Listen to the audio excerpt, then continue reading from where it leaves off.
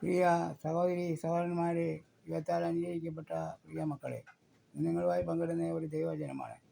വചനം ഇപ്രകാരം പറയുന്നു: കഷ്ടകാലത്ത് എന്നെ വിളിച്ചപേക്ഷിക്കുക, ഞാൻ നിന്നെ വിടുവിക്കുകയും നീ എന്നെ മഹത്വപ്പെടുത്തുകയും ചെയ്യും. സങ്കീർത്തനങ്ങൾ 50-ാം അധ്യായം 15-ാം വചനം. ഈ വചനം നിങ്ങൾക്ക് അനുഗ്രഹമായി തീരട്ടെ എന്ന് പ്രത്യാശിക്കുന്നു. ഈ വചനത്തിൻ്റെ പൊരുൾ എന്താണെന്ന് വെച്ചാൽ, കഷ്ടകാലത്ത് നമുക്ക് പ്രയാസങ്ങളും കഷ്ടതകളും നിറഞ്ഞ കാലം വരുമ്പോൾ ദൈവത്തോട് മുട്ടിപ്പായി പ്രാർത്ഥിക്കുക. അതാണ് ഇതിൻ്റെ അർത്ഥം. മുട്ടിപ്പായി പ്രാർത്ഥിക്കുമ്പോൾ നമുക്ക് അറിയാതെ തന്നെ നമുക്ക് നന്മയുണ്ടാകും.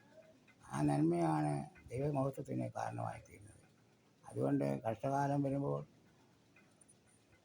നമ്മൾ രായെന്നോ പകലെന്നോ ഇല്ലാതെ ദൈവത്തോട് പ്രാർത്ഥിക്കുക. അപ്പോൾ നമ്മുടെ കഷ്ടകാലം മാറും, നല്ല കാലം ഉണ്ടാകും. ഈ വചനം നിങ്ങൾക്ക് അനുഗ്രഹമായി തീരുമെന്ന് പ്രത്യാശിക്കുന്നു. ഇനി ഒരു ഗാനം കേൾക്കാം.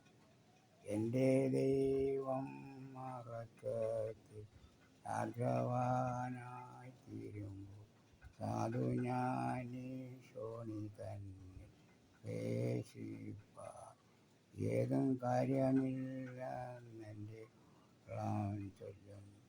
വൈഷമ്യമുള്ളേതു കൊന്നു കരകേറി നടക്കുക രക്ഷകനൻ കാലുകൾക്കു ഏകമായി തീർന്നൻ പാതയിൽ ഞാൻ മാനിനെ പോൽ ഓടിടുന്നു.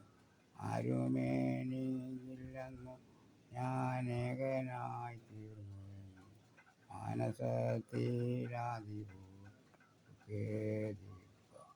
എൻ്റെ നിത്യ സ്നേഹിതൻ ദൈവദൂത സംഗമം ഇപ്പോഴവർ ദൈവമുമ്പിൽ സേവയായി.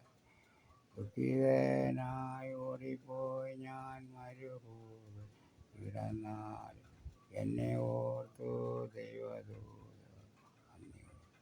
ഏറ്റവും സ്നേഹച്ചൂടപ്പവുമായി വന്നു. നാളെയെ കൊണ്ടൻ മനസ്സിൽ ലവലേശം ഭാരം, ഓരോ നാളും ദൈവമെന്നെ പോറ്റുന്നു. സാധു അന്ധനായി തീർന്നില്ലേ ദൈവമേ, കാക്കകളെ വിചാരിപ്പിൻ വിതയില്ലാത്തു. ദൈവമാവയ്ക്കാൽ വേണ്ടതെല്ലാം നൽകുന്നു. ലില്ലി പുഷ്പങ്ങൾ അവൻ ശോഭ നൽകുന്നു.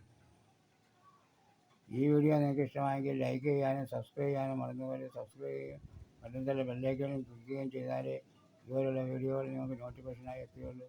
അതുകൊണ്ട് എല്ലാവരും സബ്സ്ക്രൈബ് ചെയ്യാത്തവർ സബ്സ്ക്രൈബ് ചെയ്യുക, ലൈക്ക് ചെയ്യാത്തവർ ലൈക്ക് ചെയ്യുക. എല്ലാവർക്കും നന്ദി, നമസ്കാരം.